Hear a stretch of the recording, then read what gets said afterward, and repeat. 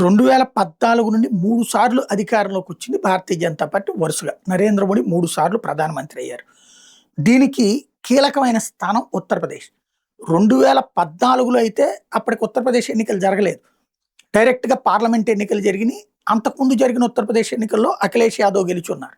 2014లో parliament ఎన్నికల్లో Bharatiya Janata party ఘన విజయం సాధిస్తే అందులో 70కి పైగా స్థానాలు, 73 స్థానాలు ఎన్డీఏకి ఉత్తరప్రదేశ్ నుంచి వచ్చినాయి. 80లో 73.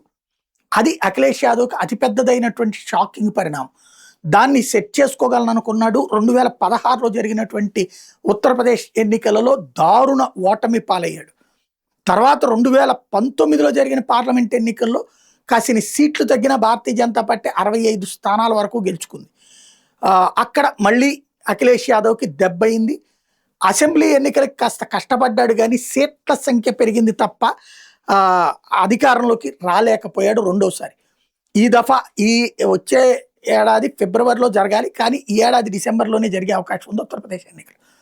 దాంతో ఇప్పుడు ఏదైతే ఓవైసీ ఒక కీలకమైన ఆఫర్ ఇచ్చారు. సమాజ్వాదీ ప్లస్ ఎంఐఎం కలిసి పోటీ చేద్దాం, మేము విడిగా పోటీ చేసామని ఆ తర్వాత ఏడవద్దు, ఇవాళ కనుక మనం గెలిచాము అంటే గనక ఇక మోడీ పని అయిపోయినట్టే. మోడీని దించాలంటే ఉత్తరప్రదేశ్లో దించాలి, యోగిని దించాలి. యోగిని దించితే ఆ తర్వాత మోడీ దిగిపోవడం ఖాయం. కాబట్టి మనందరం కలుద్దాం రండి అని పిలిపిస్తున్నాడు. అంటే కాంగ్రెస్, కమ్యూనిస్టులు, సమాజ్వాదీ పార్టీ అందరం కలుద్దాం రండి అని పిలిపిస్తున్నాడు. ఒకవేళ ఆ పిలుపు కనుక సమాజ్వాదీ పార్టీ ఒప్పుకోకపోతే బీఎస్పీతో కలిసి పోటీ చేయడానికి సిద్ధపడుతున్నాడు. ఇండివిజువల్గా పోటీ చేస్తే పెద్ద ఉపయోగం లేకపోతుండడం వల్ల జరుగుతున్నటువంటి పని. ఇప్పుడు మరి ఏం చేస్తారో చూడాలి.